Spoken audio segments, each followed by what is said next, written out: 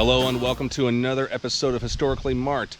I am Jason, and I'm in a very unusual place in Illinois. I'm actually in Kaskaskia Island. Now, I'm in Illinois, but I'm actually west of the Mississippi River, which is a very rare thing. And there are some islands here and there in parts of Illinois that are west of the river, but this is very much the only place where, it's public, and there are some landmarks here, and which is why I'm doing this episode. All right, so Kaskaskia was once one of the largest cities here in America and the United States. It's got a lot of history, and it was once owned by, of course, Native Americans, then the French, then the British, and finally the United States. There's a lot I can get to it, but there are two landmarks here. And so Kaskaskia Island, I'd say no more than 20 people live here. Again, this was once a booming city because of its placement on the Mississippi River. This was a popular stop for Lewis and Clark, and the Liberty Bell to the west is here. According to the 2010 census, there was 10 people that lived here, and I don't really know how true it is. I do not have the 2020 census numbers just yet because they're kind of late in doing that for different reasons. But I'm going to go ahead and show you two landmarks here on Kaskaskia Island. And I'm just a few miles from, maybe 6 or 7 miles from Missouri, because the only way to get to this island is from St. Mary's, Missouri, which is a small town. There's signs that lead to here, but I'll go ahead and show you that later on in this video. But first, I'm going to go ahead and show you the first landmark. Here we go. Here's the first building I'd like to show you. This is the Immaculate Conception Church.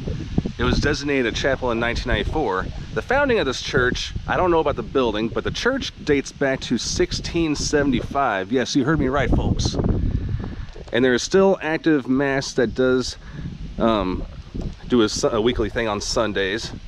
So yes, there are services here.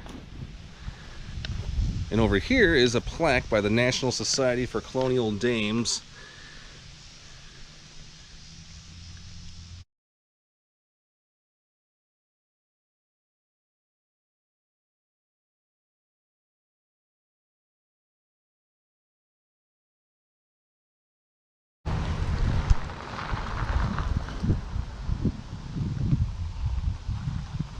One thing I forgot to mention about Kaskaskia that was very important was, yes, it was the first state capital of Illinois. That's right.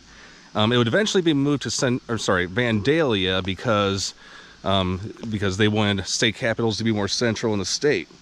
Many notable events happened, like from 1881 was when this became Kaskaskia Island. It was a flood that turned this into a different part of the state because the Mississippi River suddenly went east instead of west because that's just how it channeled.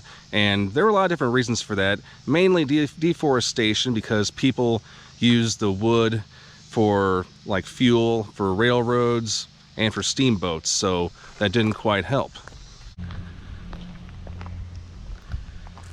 And the other building I'm going to show you is the Kaskaskia Bell State Memorial, where there's 3 markers. And that building, which was built in 1948, houses the Liberty Bell, the west.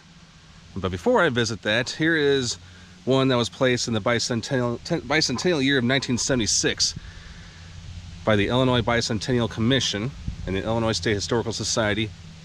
Illinois and the American Revolution. George Rogers Clark's capture of Kaskaskia in July 1778 doomed British control of the Illinois country. The occupation of Kaskaskia was the first step in Clark's plan to capture the western headquarters of the British at Detroit. Under authorization from Virginia, Clark raised about 175 troops. They arrived near Kaskaskia during the night of July 4th through 5th, after a grueling 2 months journey and more than 1,000 miles. Most of the British had been withdrawn, and Kaskaskia fell without gunfire. Clark's victory and the capture of the other frontier posts had opened the Illinois country to westward expansion.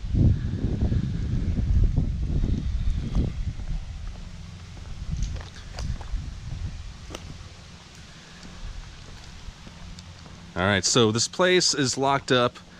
We can't go in, but we can still see the bell, and I'll show you how to do that in just a second. But before I do that, this is a plaque from the Daughters of the American Revolution, the Liberty Bell, the West. This bell, given by King Louis XV of France to the Catholic Church of the Illinois country in 1741, has been in Kaskaskia for centuries. The people of Kaskaskia rang it in celebration after George Rogers Clark occupied the town on July 4, 1778, during the American Revolution. It continued to be rung on July 4th for many years thereafter. This was placed here in 1995. Now, the last part is partly true. It wasn't until 1993 when it stopped ringing every year, because 1993, as most of us Midwesterners know, that was the Great Flood of 1993. And so, yeah, things kind of came to an end. But again, we can kind of sign in and get brochures here. But it says I'm going to hit the green button in a creepy-like kind of way. Oh, here we go. And that, my friend, is the Liberty Bell of the West. Just a little peek. It is older than the Liberty Bell, which is in Philadelphia, and it's got a crack. And it can't be rung, well, even though I do see something inside it. So that's basically pretty much it. It's very fascinating. I think it is indeed the oldest bell that is here in the United States. And look at all these flags that are in there. The British flag. I can't really see very much in the room because obviously I can't go in. And with Kaskaskia being a river city or town, Lewis and Clark stopped here. All right, so here's a little marker about their stop here on November 29th, 1803, as they were on their way to their legendary expedition. Here they acquired the expedition's third boat, a pirogue. After recruiting 12 more soldiers, the captains hired expert boatman and interpreter Labiche, half French, half Omaha. Labiche became an enlisted and valuable member of the Corps. They also hired some local Frenchmen to man their boats. These came to Illinois from France, Canada, or New Orleans. Some were born on the frontier, some were of Native American descent.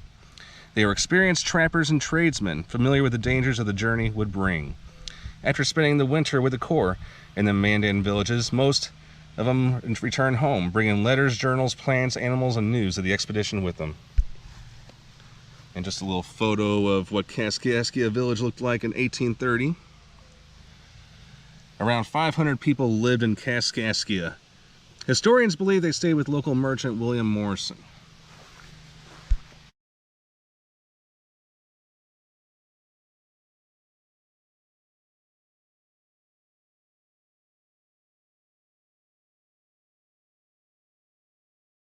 So, as I was saying earlier in this video, the only way to get here is from the Missouri side, not from the Illinois side, unless you're going by boat or whatever. But you'll be going from St. Mary's, Missouri. There is a sign. In fact, that is the turnoff at Highway 61, just straight ahead. You cross the railroad tracks, then you get to the bridge, and then you'll be crossing a really long bridge, and then some parts here and there. And you'll be driving over parts of the Mississippi River. And then you'll be greeted with this sign right here, Illinois state line, which in a rare moment, yeah, I got one foot in Missouri, the other in Illinois. And then it's about a 10-minute drive all the way to those historic sites. So I guess you know where to go. Just follow the signs. That's all I can say about that. All right, well, thank you so much for tuning into this episode of Historically Marked. I am Jason, just on Kaskaskia Island, west of the Mississippi River in Illinois. So, all right, I am Jason, signing off.